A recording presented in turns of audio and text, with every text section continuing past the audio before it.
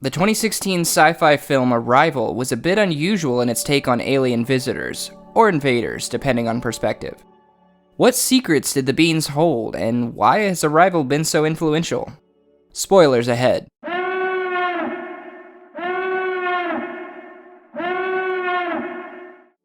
In addition to the obvious spoiler warning, I feel I should also add one more disclaimer here.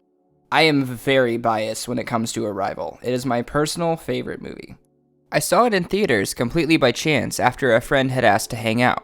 Neither of us had any idea what it was going to be when we went into it, but it ended up being a fairly formative experience for me. Personal backstory aside, here are my thoughts on Arrival. Strictly speaking, the plot of Arrival is not linear, but I digress. As with most things, it's best to start at the beginning, the day they arrive. 12 oddly bean-shaped alien spacecraft arrive in various locations all around the globe, prompting a response from the governments of the world. In the US, linguist Dr. Louise Banks and physicist Ian Donnelly are recruited to study the Montana site.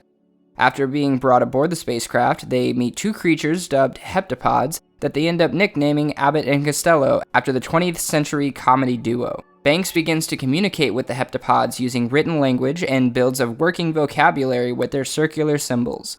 As she learns more of their language, she begins to experience flashbacks of her daughter that was shown in the opening scenes of the movie to have died of an incurable illness.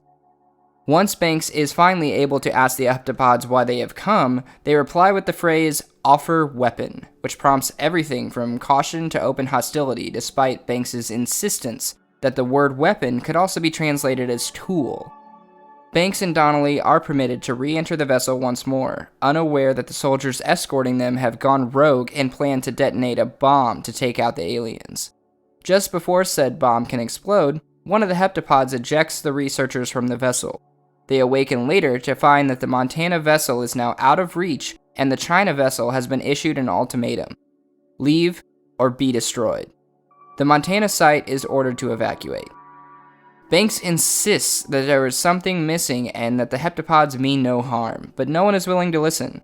She re-enters the vessel alone and converses with the one remaining heptapod. Costello explains that Abbott has died. This is assumed to be a result of the earlier explosion. Costello then continues to explain the purpose for the heptapods' presence. They arrive to help humanity because they will need humanity's help 3,000 years in the future. Finally, the pieces of the puzzle begin to fall into place as Banks has a revelation. The weapon they were referring to earlier was their language.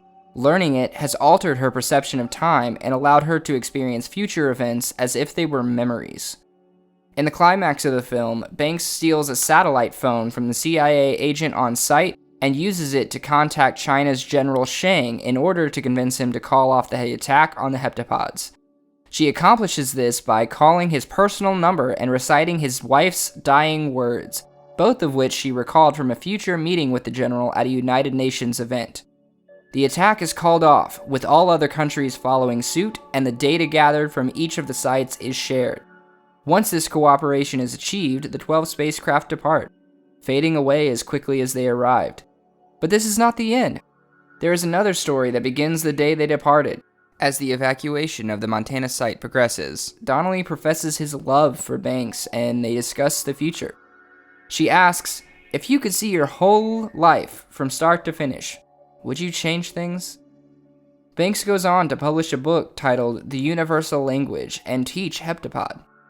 She and Donnelly have a child, Hannah, and Donnelly leaves after Banks reveals she knows Hannah is going to die. It is all just as painful as it was the first time she experienced it, but the joy of getting to see her daughter learn and grow is worth it. So, obviously, there are some pretty major existential and philosophical questions posed by this movie. Let's say that I taught them chess instead of English. Every conversation would be a game, every idea expressed through opposition. Victory, defeat, you see the problem? If all I ever gave you was a hammer, everything's a nail. One of the biggest is, of course, the question voiced to Donnelly after Banks begins to understand her newfound ability to see through time. To paraphrase, Is the pain of losing something you love greater than the emptiness of never having had it in the first place? Banks and Donnelly represent two very different answers to this question, but there are other factors involved. It could be argued that Donnelly leaves not because his daughter was doomed to die, but because Banks has entered into the relationship knowing the outcome, and did not give him the choice. This is implied in the movie, though not explicitly stated. All good things must come to an end, but the things are still good and we must treasure the time we have with them. With every single experience, we are changed and we grow, and that is a gift. We may be unable to know the exact sequence of events ahead of us, but we know some things for sure. Relationships end, loved ones die, and the world has hardships abound. These are givens at some point in the future, but that allows us to focus on the importance of the present. Live in the moment, practice kindness with all those who cross your path, and remember that love is the greatest gift we can give each other. In the words of Adam Silvera, treat each day like a lifetime. On a scientific note, the use of linguistics in Arrival and the idea that the language you speak determines how you think are both very interesting. The Sapir-Whorf hypothesis discussed in the movie is a real theory that suggests the structure of the language a person speaks will influence their perception of the world. Because the heptapod's language has no beginning or end, Banks is able to perceive time in a similar manner. Another important topic of discussion is the question of destiny.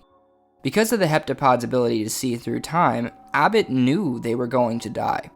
It was required for their desired outcome. But was it the only way? Could the heptapods or humans have made different choices and still been able to arrive at the same conclusion? Going a step further, was Hannah truly destined to die? Banks developed a relationship with Donnelly and had a child with him despite knowing that she would die of an incurable disease before her time. But could that outcome have been prevented if she had a child with someone else?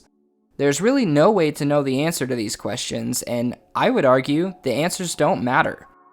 Each of these outcomes are based on choices made by individuals who understood and accepted the risks they were taking.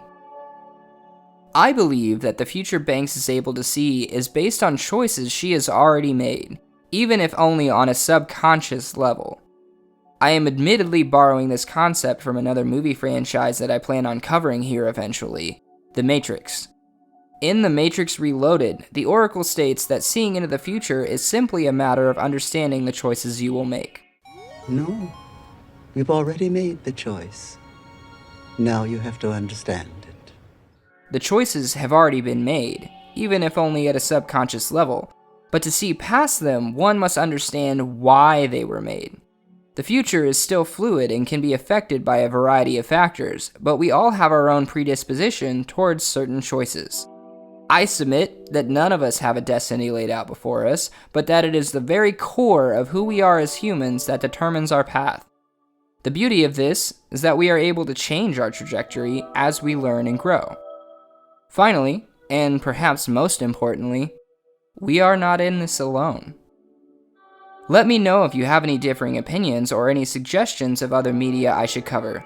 Just don't start a fight in my comments. Please like the video if you enjoyed and join the family if you want to see more nerdy shit. Remember, love recklessly. Start with yourself.